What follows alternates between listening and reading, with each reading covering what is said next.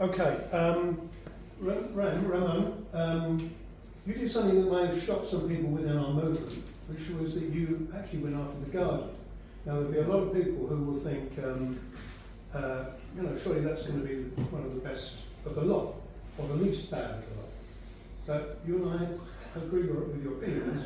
We have a different view. So, Ramon, I wonder if you could just tell people what you did and why you did it. Sure. You want me to stand up? Yeah, if you're happy to. If you're happy to, you check that. Yeah, well, thank you, Jonathan, for inviting me, and thank you, everyone here, for being here, right? I know lots of faces around there, incredible people in this room, so I'm kind of like chuffed, because I don't think it wasn't anything that important. I'm just getting one signal there. If you could just speak a little bit louder. Sure. The microphone. I'm pretty deaf, so I Okay. The never know microphone. exactly the volume. So the microphone did not work. The hall apologised. They had a microphone here, and it's got broken cable. Sorry, Ramon. Just gremlins around. And so yeah, Jonathan asked me to tell you a little bit what I did in 2021 and why, and if I think it had any results from my point of view. Gave me a lot to think about it. I thought about preparing something to talk to you and make it clear, and the more I saw it, I thought it really is very little to tell.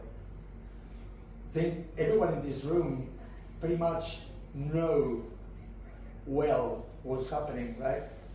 And what's happening is so almost impossible to comprehend, so complex, so huge, that once you get into it, or it gets into you, it kind of, everything changes from that moment on.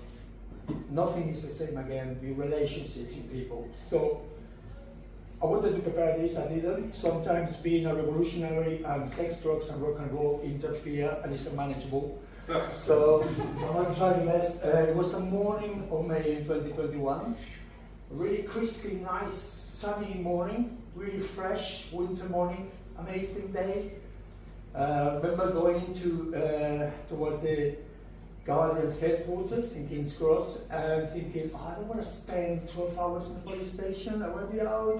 By the way, so I was wearing this important Highland Tweed 3-piece Vivian Westwood vintage suit and a silk tie. And the reason why is because this was part of a art movement struck, political party struck, civil disobedience movement called Burning Pink / Beyond Politics.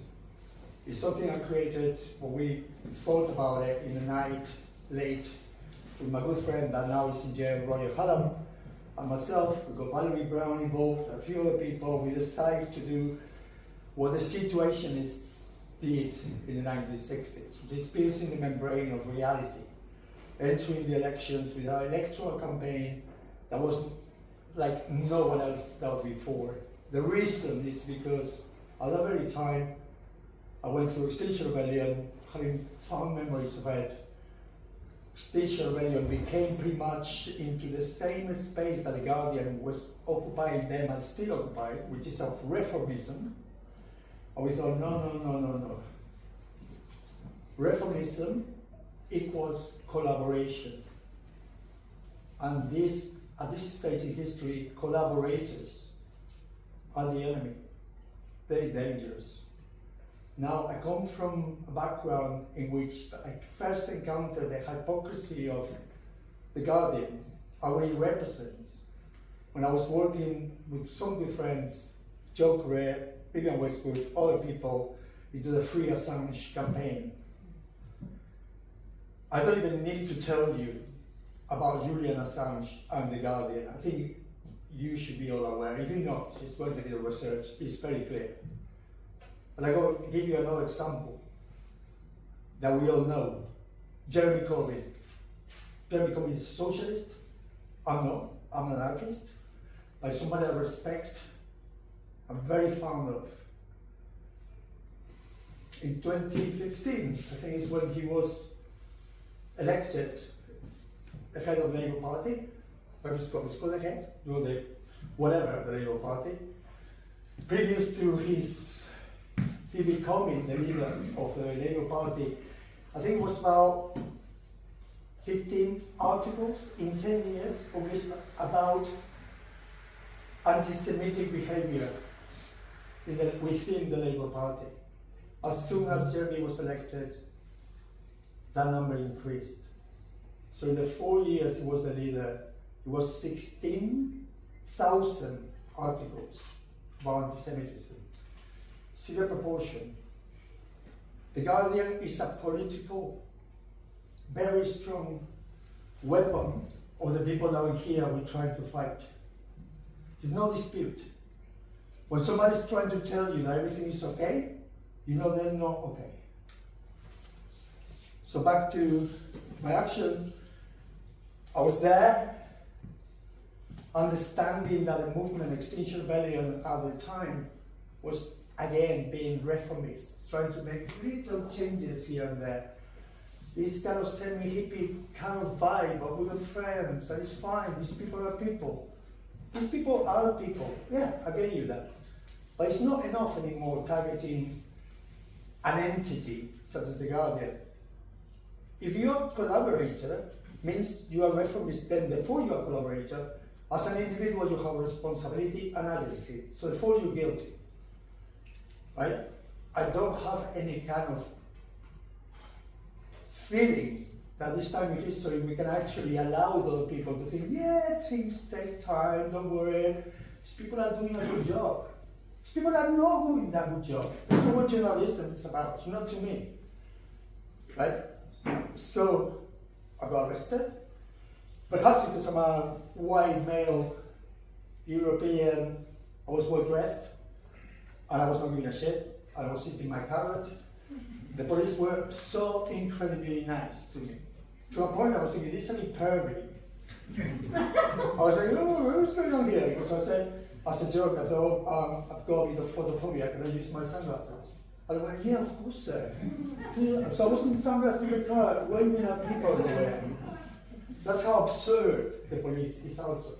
How about being somebody who hasn't slept for 3 days because they have to be in a tent where the police are harassing them, and smelling because they have had a shower, and having to eat in sandwiches, are possibly be treated like shit. If I'm black, I definitely will be exposed and put in that there. That's not that correct. So that's what they did. They took me to the police station. 3 years later, only last year, I was in court, a judge called Heher, was the bully. The young was the calling, hip hop. Well, that's the judge, hip hop.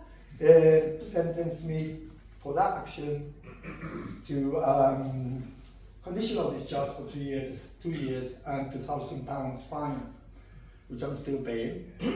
And in a nutshell, right, I really admire what you're doing. Now, things have changed a lot.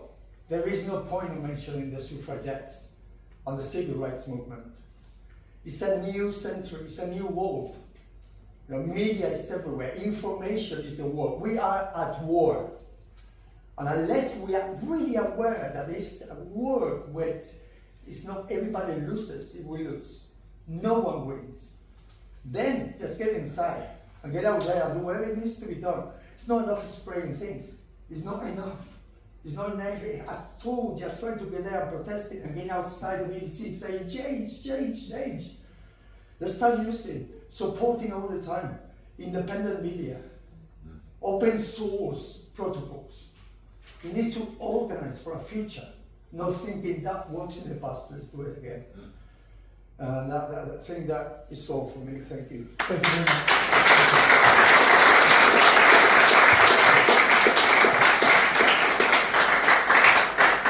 Very powerful indeed.